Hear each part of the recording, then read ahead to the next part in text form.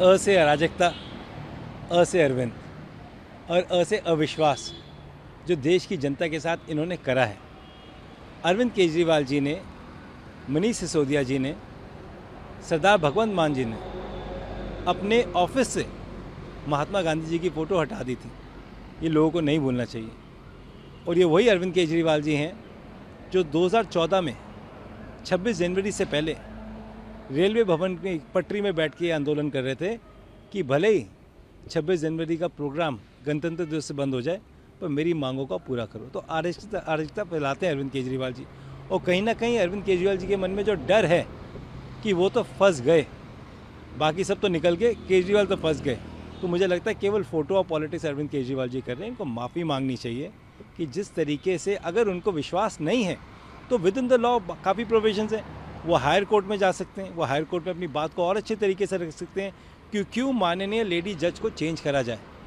परंतु जिस व्यक्ति को संविधान में विश्वास नहीं है, जिस व्यक्ति को जुडिशरी में विश्वास नहीं है और केवल करप्शन के लिए वो जाना जाता है, उस व्यक्ति से आप क्या उम्मीद कर सकते हैं।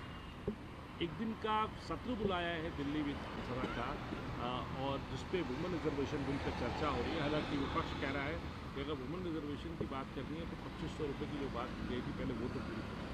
देखिए, सबसे पहले तो आज जब माननीय मैडम मुख्यमंत्री साहिबा अपनी बात को सेशन में शुरू करेंगी तो मैं उनसे रिक्वेस्ट करना चाहता हूँ कि स्वर्गीय राजीव गांधी जी का धन्यवाद करें कि पंचायती राज सिस्टम और लोकल बॉडीज़ की वजह से उन जैसी कई बहनें पॉलिटिकल सिस्टम के अंदर आई। वो निगम पार्षद इसलिए बनी कि कांग्रेस की सरकार ने, स्वर्गीय राजीव गांधी जी ने 50% रिजर्वेशन करा और उन जैसी कई महिलाओं को उसका फ़ायदा हुआ। आज अगर वो वाकई में दिल्ली में महिलाओं का भला चाहती हैं तो 2500 की बात तो सही है, वो तो होना चाहिए। परंतु उनको आज एक 1 पॉइंट रेजोल्यूशन निकालना चाहिए कि माननीय नरेंद्र मोदी जी, आप देश के अंदर 543 सीटों पे वुमेन रिजर्वेशन कीजिए और भारतीय जनता पार्टी ऐलान करें कि अगला प्रधानमंत्री भारतीय जनता पार्टी का, बीजेपी का महिला होंगी। तो एक बहुत बड़ा मैसेज जाएगा। वो 2500 रुपये महिला को नहीं दे रहे, ये सच है। जिन बहनों के आधार कार्ड नहीं बने, क्या दिल्ली में जिनका इलेक्शन कार्ड नहीं है, उनको ये बसेस में नहीं चढ़ने दे रहे। और दिल्ली में क्राइम अगेंस्ट वुमेन सबसे ज़्यादा है पूरी सारी मेट्रो सिटीज़ में। दिल्ली की महिलाओं के साथ जिस तरीके से अत्याचार हो रहा है उस पर भी तो कुछ बोले हमारी बहन। केवल और केवल फ़ोटो खिंचाना, मोदी जी को खुश करना पॉलिटिक्स नहीं है। मुख्यमंत्री बने, दम लगाएं कि जैसे राजीव गांधी जी ने, स्वर्गीय राजीव गांधी ने 50% रिजर्वेशन करी थी, मोदी जी आप 33 वुमेन रिजर्वेशन वैसे ही कीजिए और अगला प्रधानमंत्री भारतीय जनता पार्टी की महिला होनी चाहिए। करें रेजोल्यूशन पास, हम साथ देंगे। आखिरी सवाल आपसे सर, तो सांसद नहीं बनाते तो शादी भी नहीं होती। देखिए, ये बहुत बेकार की चीज़ें हैं।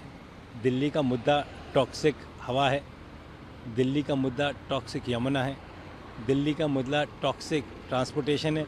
राघव चड्ढा जी, प्रणीति जी, उनकी शादी, उनको बहुत बहुत शुभकामनाएं। इन मुद्दों में जाना नहीं चाहता, सेंसलेस मुद्दे हैं। सबसे ज़्यादा ज़रूरी है कि क्या राघव चड्ढा ने जो करा वो नैतिकता के आधार पर सही था या नहीं था। क्या राघव चड्ढा इसलिए डर गया कि उसका नाम ईडी की चार्जशीट में आ गया?